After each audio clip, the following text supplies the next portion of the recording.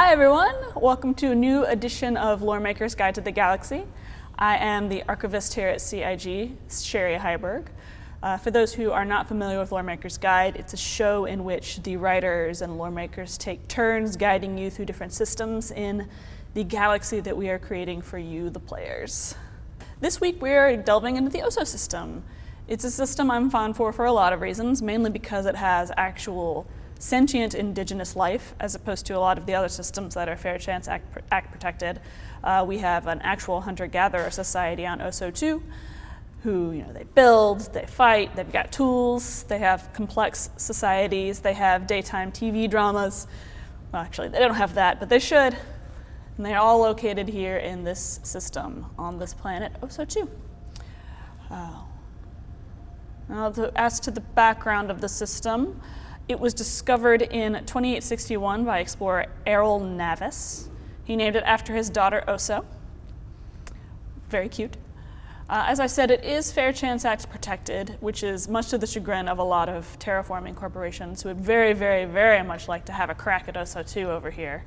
Since it is within the green band, it already has a human-friendly atmosphere, and it's lush and biodiverse and just represents this incredible chunk of profit that they can't have.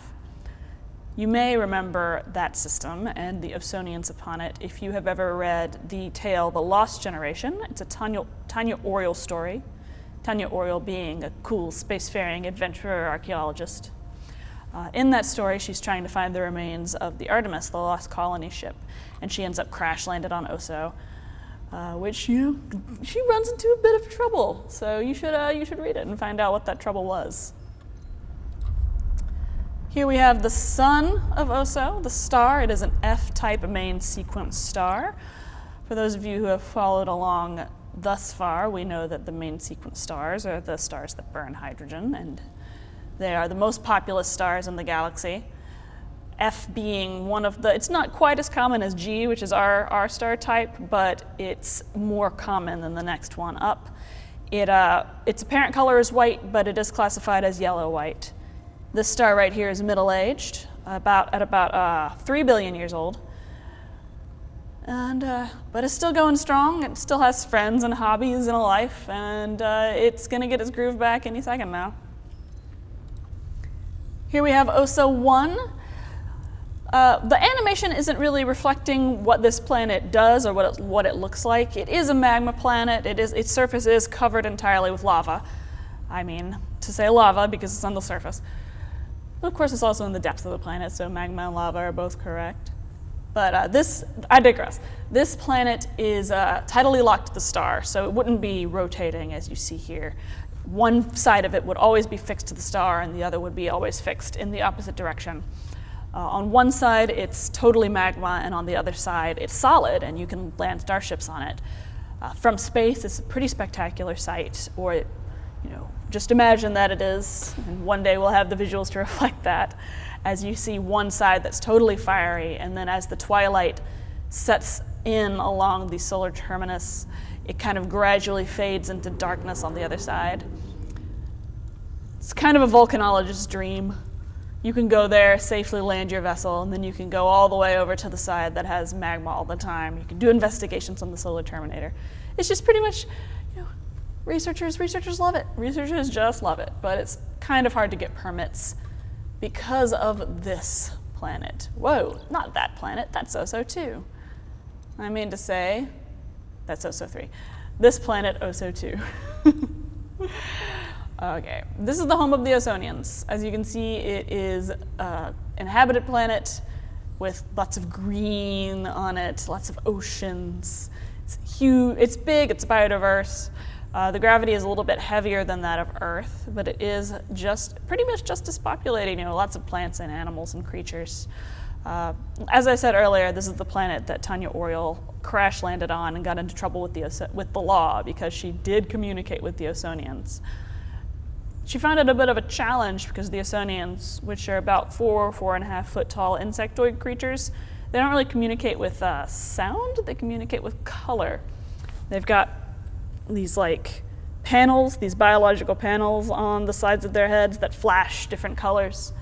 And that's how they communicate. And Tanya sort of figured something out while she was there, but as far as we know, it's a unique form of communication in the galaxy, and it makes animators everywhere cry. While we're on the subject of that, I just want to jump over here to Yogi Station. It's meant to be here in order to sort of prevent people from going in and out of the system, in order to steal from OSO2 or cause any trouble on the planet. It's because the system is fair chance at protected. That said, it is considered sort of a dead-end job to get stationed there because there really isn't a lot to do. People aren't terribly interested in breaking the law in order to go after the Osonians. Xi'an are, though. They find the Osonians to be incredibly delicious once they're rotted to a certain point, and corrupt people on Yogi Station have been known to sell bodies of Osonians to passing Xi'an trade envoys. They say that they don't hunt and kill the Osonians, so that's at least a plus, but who knows where they get those bodies? Wahahaha. This has been your fake Halloween special. Let's move on here to OSO3, which we accidentally jumped to earlier. OSO3 is a gas giant with silicate clouds. We're again running into a little bit of the limitations on the visualization system we have. It's meant to be a gas giant with bands of green and white, which I think would be pretty cool looking.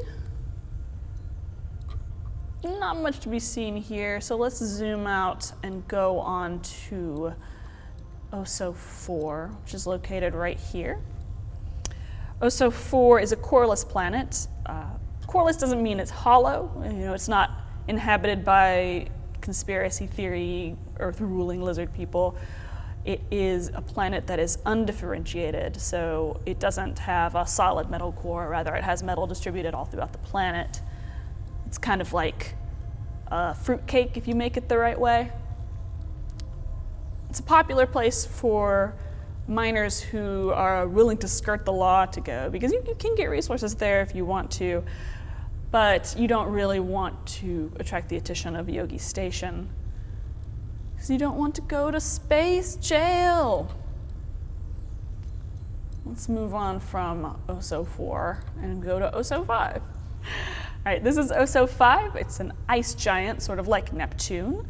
It has an ammonia and vapor atmosphere, sees a little bit more traffic than some of the other inner worlds from illegal mining operations. Although, if you want just kind of ammonia and water vapor, there are plenty of other places to choose from. There's no reason to illegally mine that planet. And let's zoom out one more time and go to OSO6, which is a dwarf planet, rather like Pluto. It is a planet that was probably like a dwarf planet, celestial body, whatever you want to say, that was probably a bit of passing rock that was captured by the system billions and billions of years ago.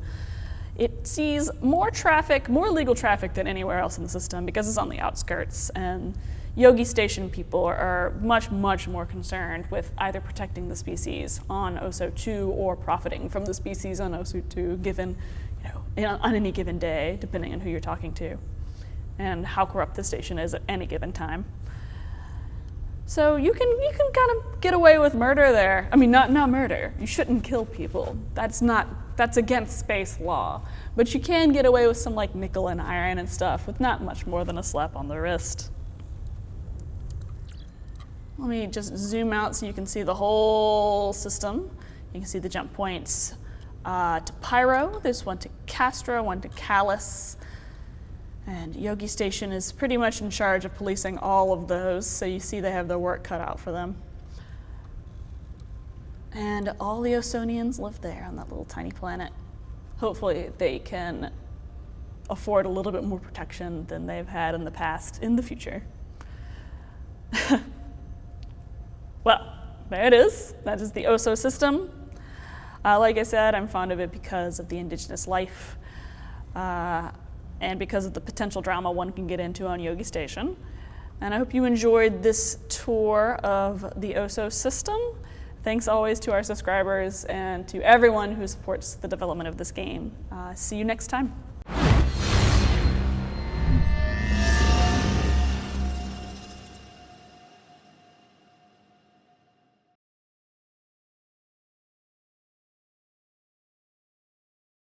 Thanks for watching. For the latest and greatest in Star Citizen and Squadron 42, you can subscribe to our channel, or you can check out some of the other shows, and you can also head to our website at www.robertsspaceindustries.com.